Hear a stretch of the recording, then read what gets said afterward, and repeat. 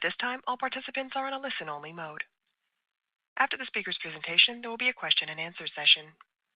To ask a question during the session, you'll need to press star 11 on your telephone. You will then hear an automated message advising your hand is raised. To withdraw your question, please press star 11 again. Please be advised that today's conference is being recorded. I would now like to hand the conference over to Lisa Stoner, Vice President of Investor Relations. Please go ahead. Thank you and good morning. I hope everyone had a chance to review our press release and prepared remarks, which are both available on our website. We will begin this morning with brief remarks from Jim Rechtin, Humana's President and Chief Executive Officer, and Chief Financial Officer, Celeste Millay. Following these remarks, we will host a question-and-answer session where Jim and Celeste will be joined by George Renaudin, President of Humana's Insurance Segment. Before we begin our discussion, I need to advise call participants of our cautionary statement. Certain of the matters discussed in this conference call are forward-looking and involve a number of risks and uncertainties. Actual results could differ materially. Investors are advised to read the detailed risk factors discussed in our latest Form 10-K, our other filings with the Securities and Exchange Commission, and our second quarter 2025 earnings press release as they relate to forward-looking statements, along with other risks discussed in our SEC filings. We undertake no obligation to publicly address or update any forward-looking statements in future filings or communications regarding our business or results. Today's press release, our historical financial news releases, and our filings with the SEC are all also available on our investor relations site. Call participants should note that today's discussion includes financial measures that are not in accordance with generally accepted accounting principles or GAAP. Management's explanation for the use of these non-GAAP measures and reconciliations of GAAP to non-GAAP financial measures are included in today's press release. Any references to earnings per share or EPS made during this conference call refer to diluted earnings per common share. Finally, the call is being recorded for replay purposes. That replay will be available on the investor relations page of Humana's website, humana.com, later today.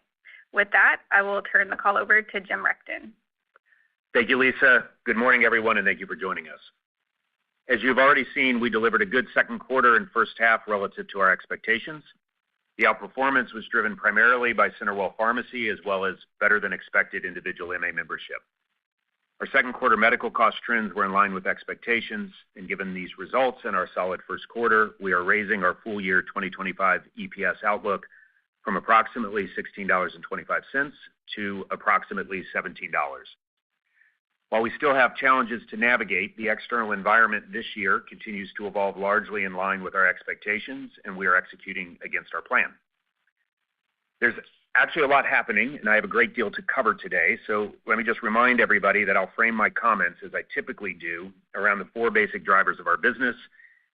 The first driver is MA product and experience, which drive customer growth and retention.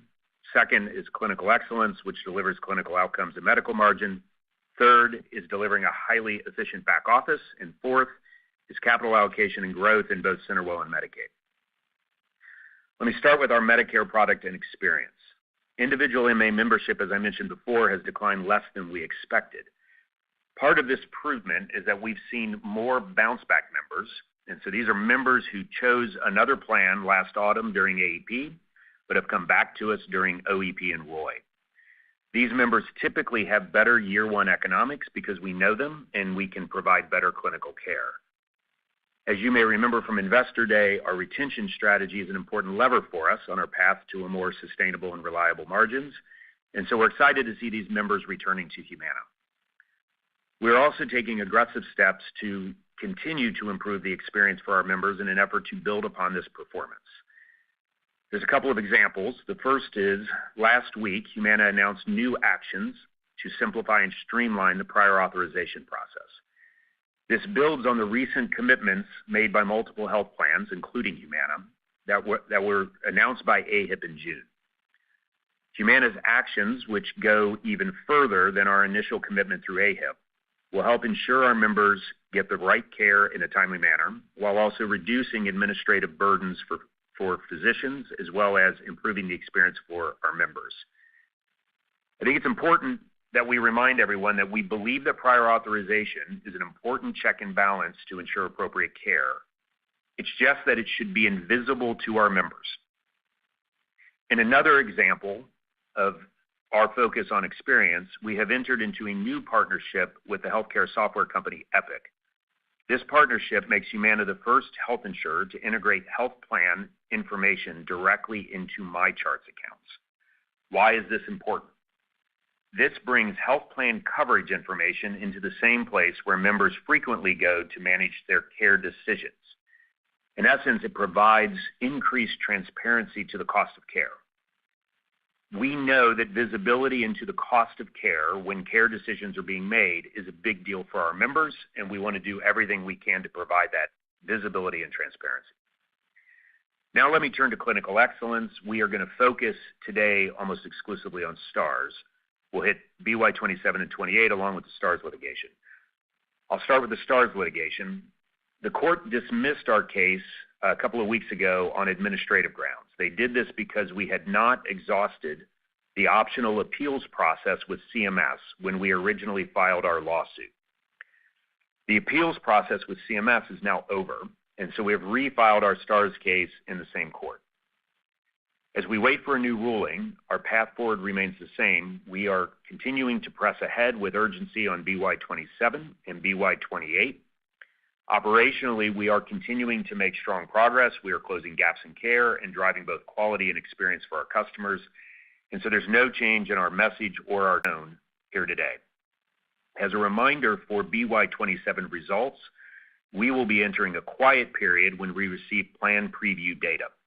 So after today's call, we will not be discussing BY 27 STARS until the final results are released by CMS in October. Shifting to the area of a highly efficient back office, we have a lot of activity happening in this area right now. During Investor Day, we shared that we were focused on transforming the organization to enable scalable growth and drive operating leverage. This is a multi-year transformation, and it will include both near-term tactical cost programs, but also longer-term efforts that change how we operate through increased automation and use of technology. This week, we notified eligible employees of an early retirement program to help accelerate efforts with our operating model and to streamline costs. In the next few months, we will also be expanding our efforts to contract out additional aspects of our shared services functions. We are doing this in an effort to streamline and optimize outsourcing capabilities. We will also be evolving some of our employee benefits to bring them in line with industry standards. I really want to emphasize that while these changes will reduce cost, the intent is to enable our broader strategy. This will be a multi-year transformation. It will be taken at a measured pace, and the objective is to create a more nimble, technology-enabled organization that can respond more quickly to consumer needs and expectations. Now let me turn to capital allocation and the growth of our Medicaid and CenterWell businesses. We're seeing exciting progress in both businesses right now. Strategic expansion of Medicaid continues with the launch of the Virginia contract. This brings our active footprint to 10 states, with 3 more states awarded and pending. I know there's been a lot of curiosity about the impact of the Big Beautiful Bill. Our footprint in Medicaid is largely in non-expansion states, and it tends to be skewed towards the LTSS, or long-term support services population. These geographies and this population are less impacted by the bill. So while the bill will certainly have some impact, we expect it to be more muted for us versus Medicaid broadly. We remain committed to our Medicaid strategy and the assumptions we made at Investor Day about margin progression. Finally, we are encouraged by our CenterWell pharmacy outperformance year to date. This has been driven by 2 things. We've seen higher direct-to-consumer volume, and we have seen favorability in specialty pharmacy, which is seeing higher volumes and more favorable drug mix than expected. So to conclude, all in, we are pleased with our solid performance year to date and our improved full year 2025 outlook. As we look ahead, we remain focused on delivering a more stable and compelling MA margin. We continue to have conviction that the strong core fundamentals and growth outlook for MA will allow us to deliver compelling shareholder value over the long term. And with that, I will turn it to Celeste for a few remarks before we go to Q&A. Thank you, Jim. Our second quarter results reflect solid execution across the enterprise as we focus on returning the business to its full earnings power. And while we remain appropriately prudent in our assumptions heading into the back half of the year, to date, the underlying fundamentals of the business, including membership and patient growth, revenue, and medical cost trends, are developing in line to better than expected. We are pleased that our performance and outlook support our improved full-year adjusted EPS outlook of approximately $17. And it is important to note that this outlook contemplates an additional approximately $100 million in incremental investments to improve member and patient outcomes and support operational excellence. The additional investments are focused in areas where we have seen strong returns to date, such as pairing in-home visits with virtual health to better engage members who don't have a primary care provider and closing gaps in care. Turning to the balance sheet and capital deployment, we continue to execute on our efforts to increase the efficiency of our balance sheet and fortify our foundation, and are making the progress on the sale of non-core assets and optimizing our capital requirements. We will share more on these efforts as plans finalize in the coming months. With respect to capital deployment, we will remain prudent in our near-term approach, taking a balanced view to evaluating capital investments and returns. As I shared with you at our recent Investor Day, we intend to focus on maximizing shareholder value by executing on share buybacks to offset dilution from stock-based compensation, growing dividends in line with earnings as they recover, and over the long term, executing on accretive M&A for which we have a proven track record. Accordingly, we completed approximately $100 million of share repurchases in the second quarter to offset dilution from employee issuance and do not have additional repurchases contemplated for 2025. During the quarter, we also opportunistically bought back approximately $200 million of debt due in 2027 using the proceeds from our bond issuance earlier this year. Looking ahead, we will continue to manage the levers within our control, focus on delivering best-in-class clinical excellence, transforming the company to enable scalable growth, and driving enhanced operating leverage. We believe that these efforts will allow us to expand margins and realize the earnings potential of the business while driving better outcomes for our members, patients, and associates. With that, I will turn the call back to Lisa to start the Q&A. Great. Thank you, Celeste and Jim. Before starting the Q&A, just a quick reminder, for fairness to those waiting in the queue, which we do have a long list in the queue, we ask that you please limit yourself to one question. So operator, with that, if you'll please introduce the first caller. Our first question comes from Ann Hynes with Mizuho. Hi, good morning. In your prepared remarks, you highlighted that cost trends were in line or better than your expectations. Can you talk about what cost trend is actually better than your expectations? And within that, can you just talk about how Medicaid is doing since some of your peers are having some trend problems in that book of business? Thanks. Thanks, Ann. We called out that the results we are seeing generally are in line to better than our expectations. So on the revenue side, we are seeing better than expected performance. In CenterWell, we saw higher than expected patient growth earlier in the year. And as Jim called out, we have seen better than expected revenue growth on the pharmacy side of things. On the insurance side, membership growth also, as Jim called out, is going to be better than expected. Our guidance now assumes membership decline of around 500,000, up to 500,000 versus 550,000 before. That is driving higher revenue with an inline MLR. In terms of our overall medical and operating costs, with the exception of the investments we called out earlier, those are trending in line or within the range of our expectations, in some cases on the better end of our expectations.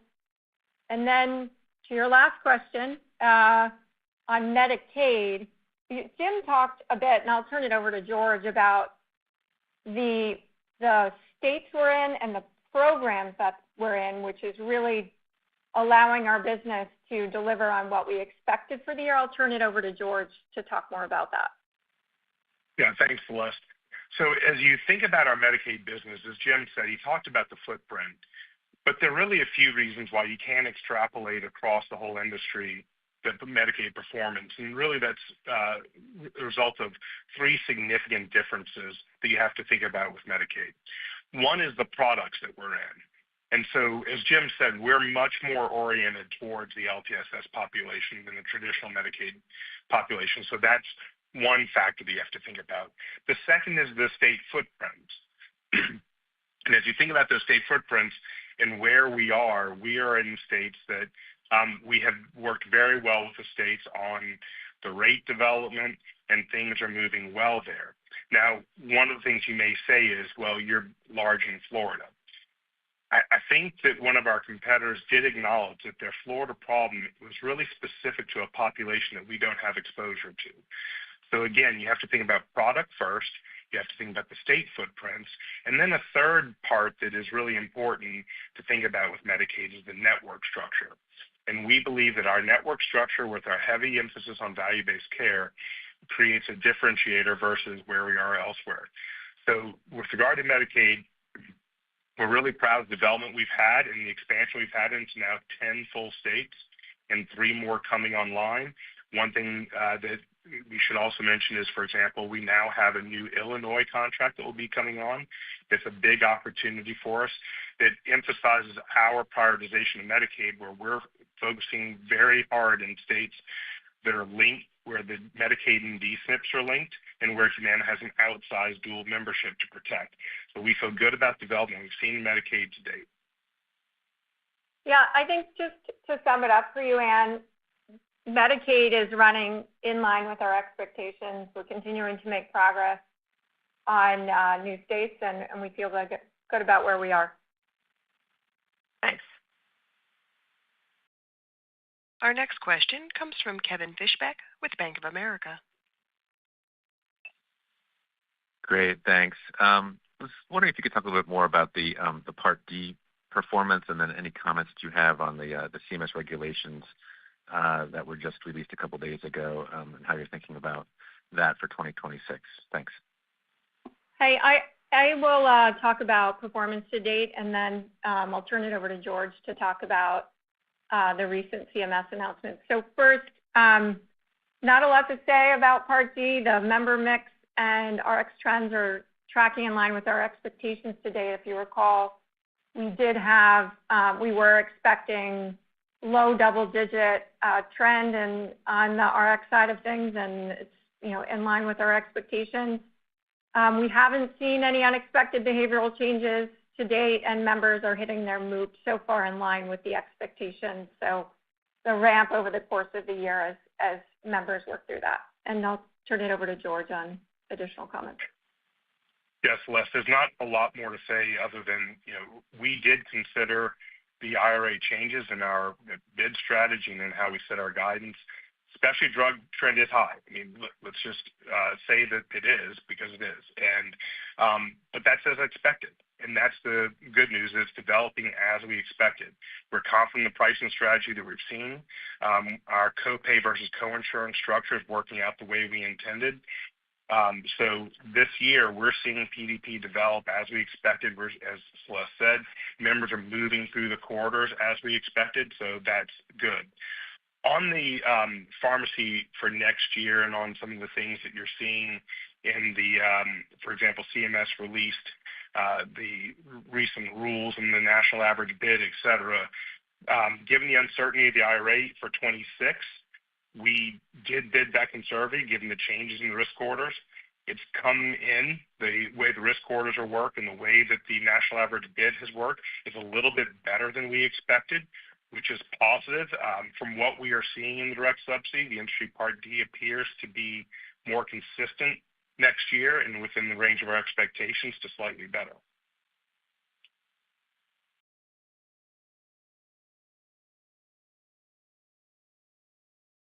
Our next question comes from Andrew Mok with Barclays. Hi, good morning. One of your peers noted a pretty meaningful pullback in the individual PPO market next year. Just curious how you're thinking about the implications of that to your own membership growth and margins for next year. Thanks. Yeah, hey, let me make a couple quick comments, and then I'm going to hand off to George to walk you through some of the specifics. First of all, it's a big question, I know, for the entire industry right now, given all the discussions that are out there. And there's really, I think, two questions underneath the question. One is we recognize that there's a lot of talk about, hey, is there a unattractive population from a risk standpoint that tends to bounce around from plan to plan? And then second, why do we seem to feel good about where we're at as we both this year and as we head into next year? And the high level response to that is, and we try to convey this at the Investor Day, is we don't see bad membership. We see bad benefit packages and product. And so if your product and your benefit structure is in the right place, all members can be good, profitable, attractive membership. And we feel like we have taken good steps in the last 2 years to put our product in a good place. And we feel good about that. We're seeing that this year. We feel good about the trajectory into next year. And to the extent that others in the industry did not take similar steps in the past and are taking it now, we think that's good for everybody. We think that's good for the sector. We think that's good for the industry. We think that is a positive thing. And that at the highest level is kind of how we're thinking about it. But let George walk through some of the detail behind that. George? Yeah, thanks, Jim. As Jim said, I understand why everyone is thinking about this question. But let me start by reminding you of the market dynamics that we've played out over the last few years.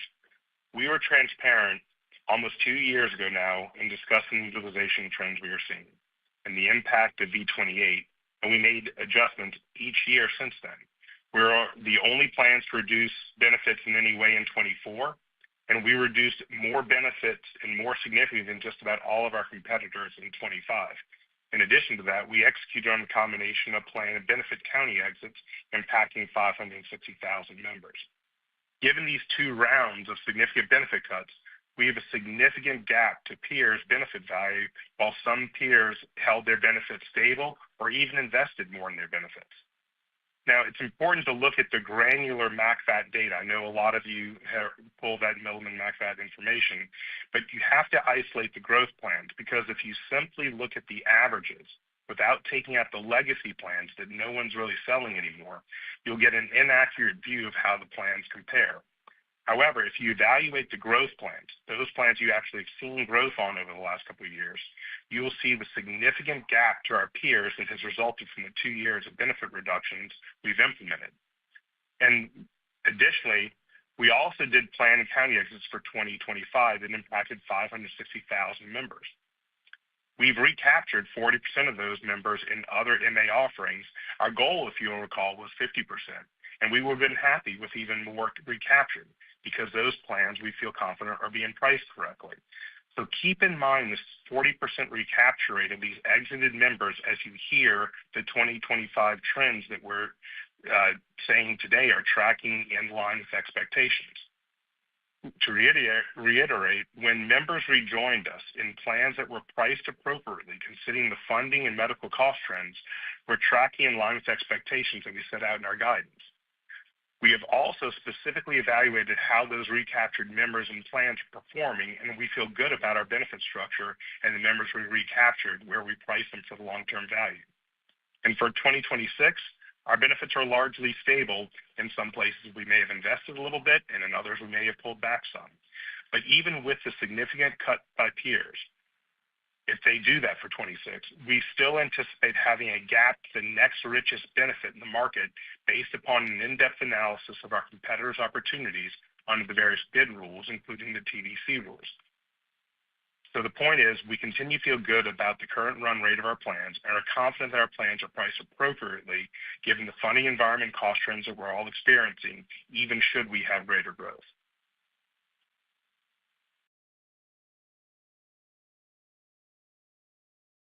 Our next question comes from Stephen Baxter with Wells Fargo. Yeah, hi, thank you. I was hoping you could speak to what you saw in terms of inpatient utilization trends in Medicare Advantage during the second quarter. For context, one of your competitors spoke to an accelerating trend in the second quarter, so it'd be good to get your perspective on your data that you have to date. Thank you. Yeah, thanks for the question. So on the inpatient side of things, things are trending in line to on the better end of our expectations when you take into account both admissions and the cost per unit. So we're not seeing an acceleration of anything. If anything, the beginning of the year, because of the timing of the flu season, was a little bit higher, but in line with our expectations. So things are trending as we said in line.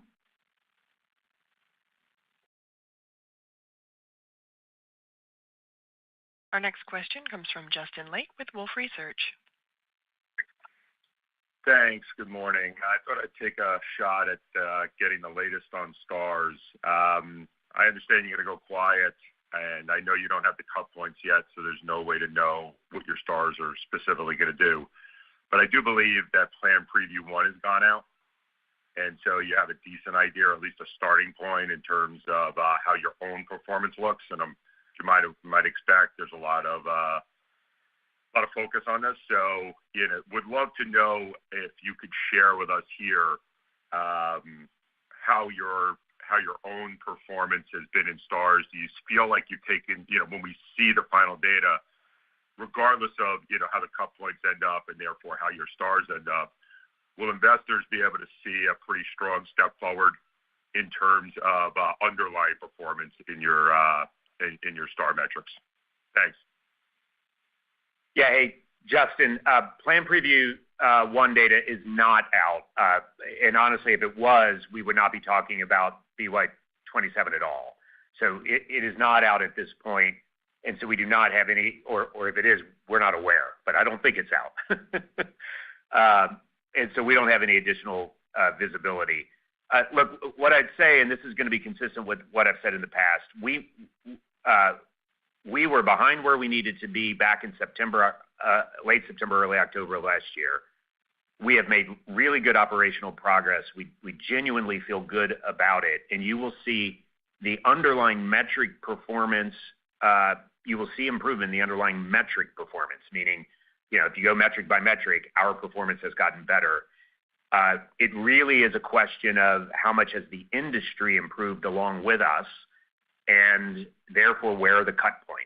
And at this point, with the lack of PP1 data, we just don't have visibility into that, which again is why we will enter a quiet period here over the next couple of months as that data does become available. Got it. Thanks. Our next question comes from Erin Wright with Morgan Stanley. Great. I was wondering if you could talk a little bit more about the specialty pharmacy strength and what was kind of driving that and some of the Part D dynamics that kind of flow through there from an IRA perspective and how's that kind of playing out relative to your expectations at this point. Hey, Erin.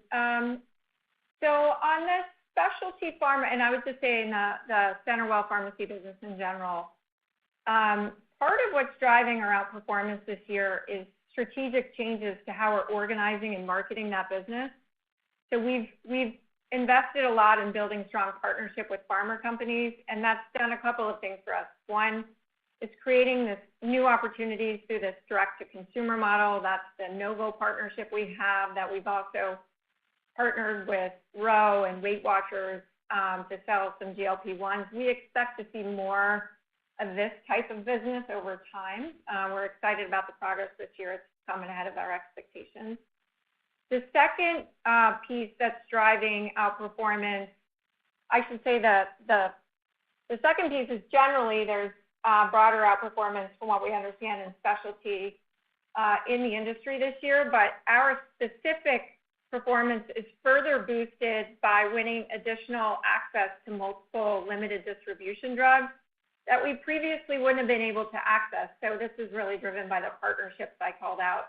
In the past, other pharmacies have gotten them and we have been excluded from that, and now we are included. So really excited about some of the progress and the momentum in that business. In terms of the PDP trends in general, as I called out earlier, the member mix and the RX trends are tracking in line with our expectations, and there haven't been any unexpected behavioral changes.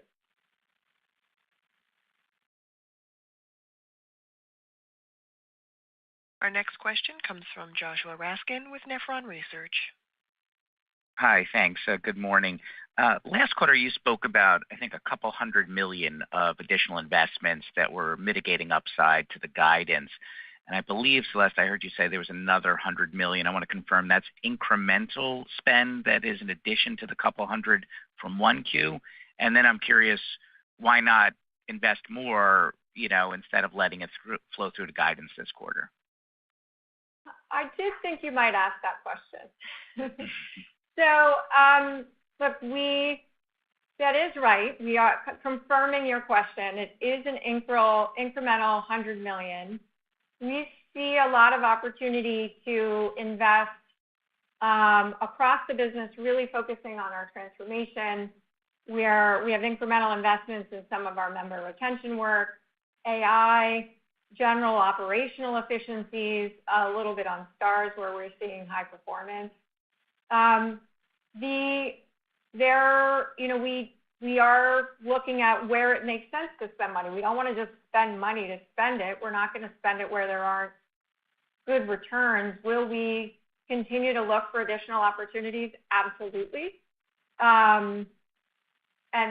But we are spending that $100 million where we think we can really drive a return and accelerate some of our transformation work and potential upside in stars. Yeah, hey, the one thing I would just add to that is we pulled some investment forward. So things we thought we were going to do next year got pulled into this year. But ultimately, you run into just a limit on how much of that you can do. How much can you operationally absorb in any given period of time? We'd love to be pulling more forward, but right now, we're digesting the investments that we're making, and that's a big part of it as well.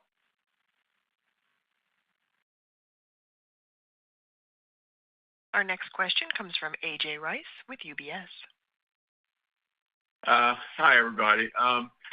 Just wanted to ask about two quick things related to CenterWell. You continue to grow that membership on the value-based primary care side and seem to be hitting your metrics there. I wonder, one thing you emphasize is that you're member agnostic, where maybe some of your other peers in that space are more focused on the medically complex. Is that part of why you're seemingly doing better? And then I just would also in CenterWell ask, do you have any update on home health rule? I know you're moving that to more value-based as well, but I think you're still one of the biggest fee-for-service providers, and the proposed rules challenging. It's just sort of hard to know how much that's likely to impact the overall enterprise, given it's still, even though you're big in that space, relatively small in terms of the entire enterprise.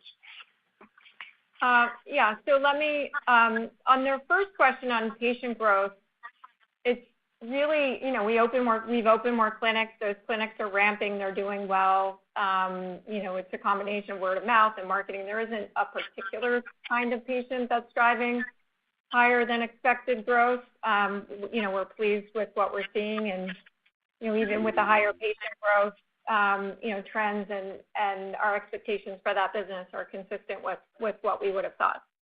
In terms of home health, we're disappointed by the proposed 6+% net rate reduction. We really don't think it's reflective of the wage and other inflation that the industry is experiencing. Labor makes up almost 75% of that rate, and the rate's supposed to be tied to that. We also had anticipated that CMS would eventually implement a behavioral adjustment. We did not anticipate that it would be as high as proposed. It also said the data is supposed to be collected through the end of 26 and then analyzed then. So data is still being collected. So we believe it's early to make this adjustment. So we're continuing to advocate and educate the administration on the need for a reasonable home health reimbursement. And we're evaluating the impact on our home health businesses as proposed, but we do have a natural hedge in our insurance business. It wouldn't fully offset any, if this is implemented as proposed, it wouldn't fully offset it, but we believe we have other levers at the enterprise level that can absorb the headwind that isn't naturally offset by insurance. Our next question comes from Ben Hendricks with RBC Capital Markets. Hey, thank you very much. Just want to go back to the commentary you made on MA benefit actions in 24 and 25 and the more conservative approach you have taken versus some peers. To what extent could that put you at a disadvantage from a member experience perspective ahead of Stars?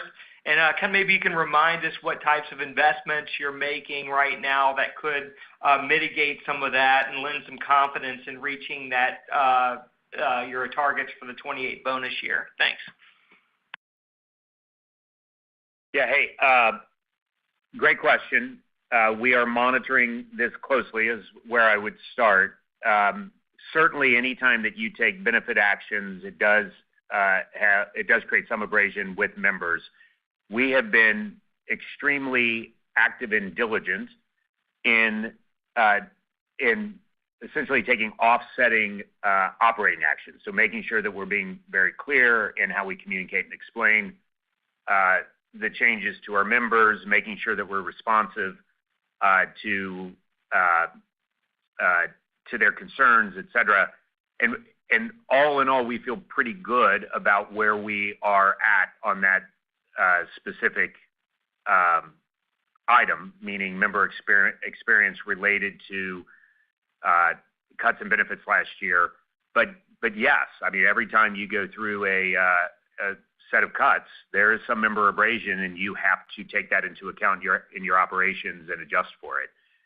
George, is there anything that you would add to that? Yeah, Jim, I would just add that there are a number of things that we follow there. You know, we monitor NPS on a regular basis on every call, frankly, that's taken. We try to monitor NPS. We're monitoring both the NPS-R, which is the NPS for relationship, and NPS-T, which is the NPS as to with each transaction, each time we get a call from a member and every time we interact with a member. And we're not seeing anything concerning in that data. We also, of course, are doing mock CAP surveys. If you think about the surveys that CMS does every year, we do those to monitor what's happening. We're not seeing anything very alarming there at all. In fact, things are looking fairly good. And keep in mind some of the other things that we're doing here actually impact and help the member experience.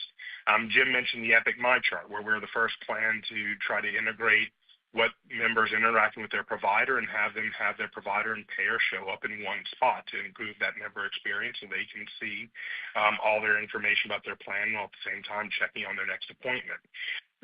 And a number of the activities of the millions of dollars that you've heard Jim and Celeste talk about that we're investing in are investing very much in the member experience itself. And so the activities that we're taking in Stars, yes, they improve health outcomes and they improve our Stars, but the reason for that is predominantly because we're also improving the member experience, making sure that our members are getting the care that they need.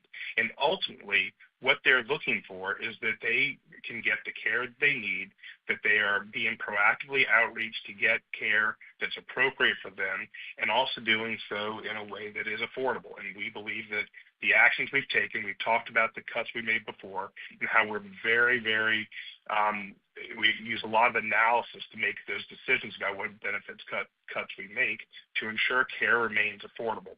So all the actions we've taken have very much had that member experience in mind. One of the things that I love about some of the teammate changes we've had in the company over the past year or two is that we brought in other expertise, such as David Didenfass, who works on the ELT with us and is making sure that we're very focused on that consumer experience. So there are a whole host of actions that I could point to where we're actually trying to improve the member experience while at the same time taking prudent actions in our benefit designs.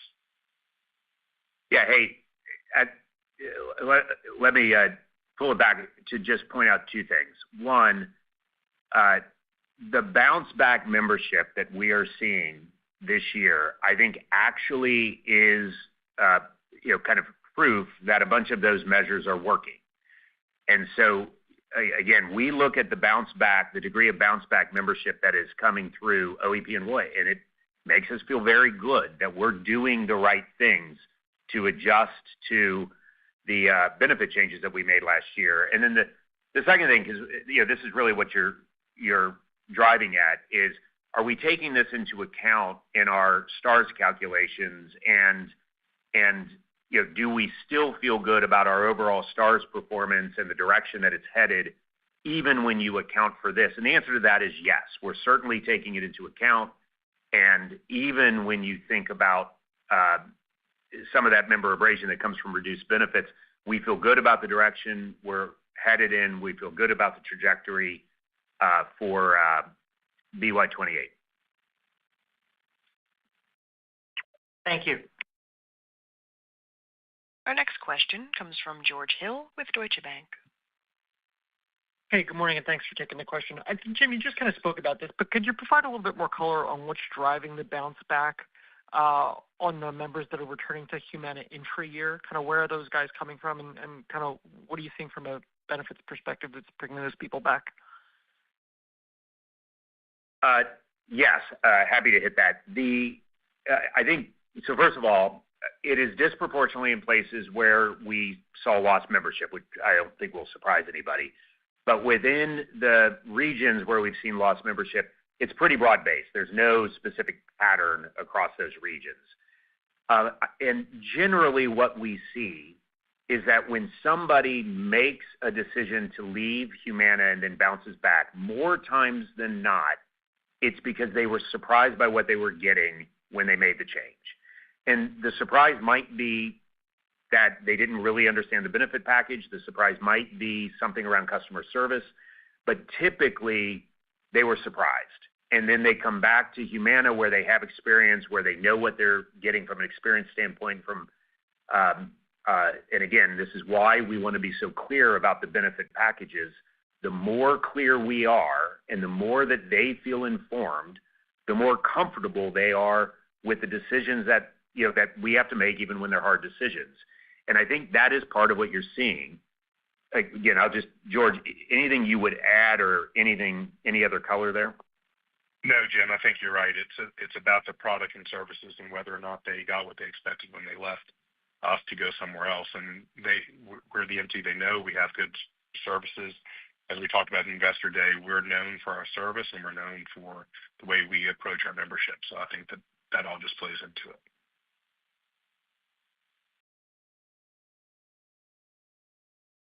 Our next question comes from David Windley with Jefferies.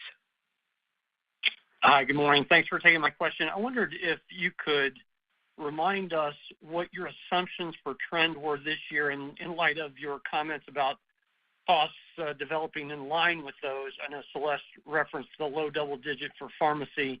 Just curious to get the other components. And then what are you assuming for trend in 26 relative to what you were experiencing in 25, please? Thank you. Hey, we, as you said, on pharmacy, we were expecting low double digits. We continue to expect low double digits into next year. And then on the medical cost side, our expectations were for mid to high single digits. And our expectations for next year are consistent with that. Super. Thank you. Our next question comes from Whit Mayo with Leerink Partners. Hey, thanks. I know the lawsuit that you have probably colors your answer, but just any updated thoughts on RADV, whether you have to make assumptions and bids around prospective CMS clawbacks on premium payments if they actually make it through the 2019 audits? Thanks. Yeah, there's really not a lot of color that we have to provide on this one. Partially, yes, with the litigation, there's a limit to what we can say.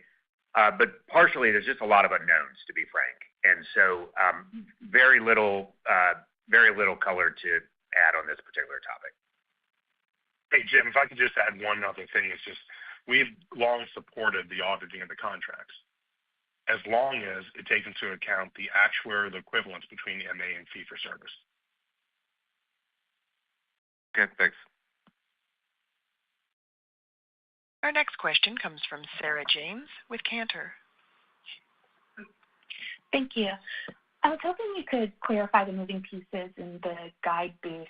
If I take about a third of the 1Q beat that was ascribed to CenterWell and all of the 2Q beat and run rate it, adjust for the investment spend, I get pretty close to the guide boost, about 6 cents below.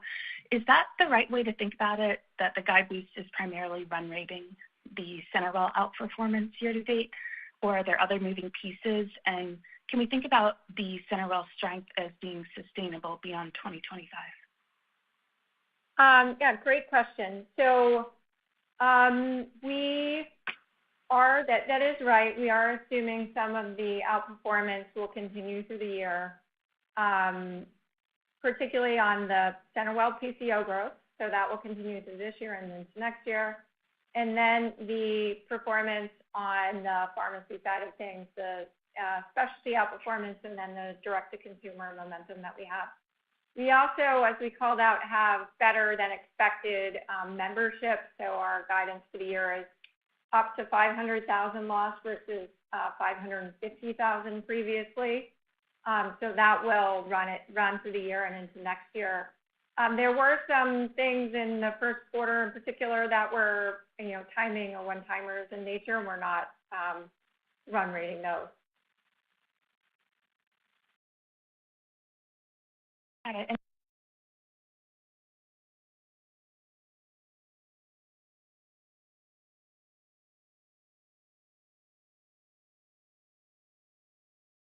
Our last question today will come from Michael Ha with Baird. Thank you. I understand you feel strongly about your benefit richness and confident in attracting good, profitable membership. I'm curious, though, is there any level of membership growth percentage that you think if growth starts tracking to like 15, 20, 25%, where it could begin to potentially compromise earnings next year? And if you were to get early sense of that through AEP, would you work to cap that growth if necessary? And then also, understand Plan Preview 1 data is not out yet, but I believe plans have already received the raw results for cost center metrics earlier this month. Any ability to comment on how those results took out to your expectations, especially since there's such high sensitivity of even missing one single call to star ratings? Thank you. Yeah, so we are not going to comment on any of the data that we've received from CMS. And again, we're headed in that quiet period, and we really will not be commenting again until we reach October. I've now lost track. What was the first question? Membership. Yeah. Here's basically how we think about it. So first of all, we feel good about the product, and we feel good that the membership that we're going to be receiving will be good at whatever level it is.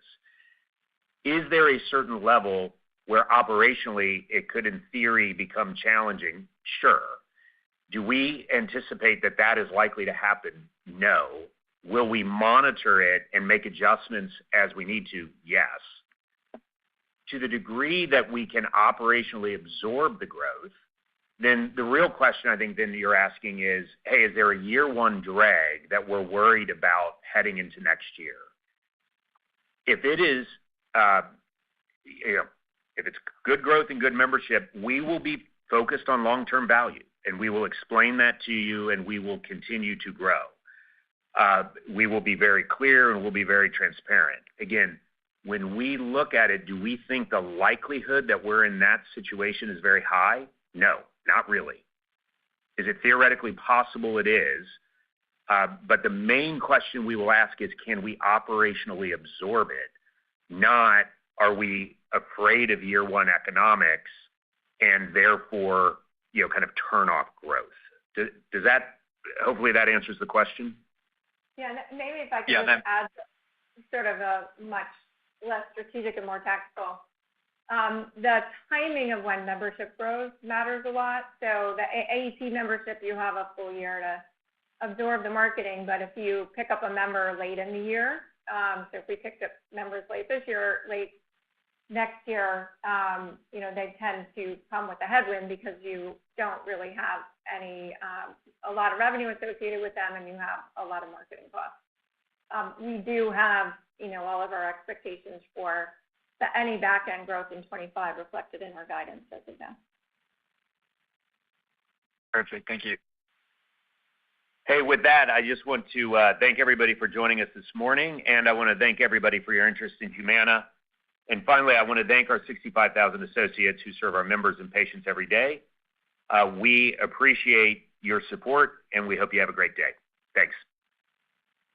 This concludes today's conference call. Thank you for participating. You may now disconnect.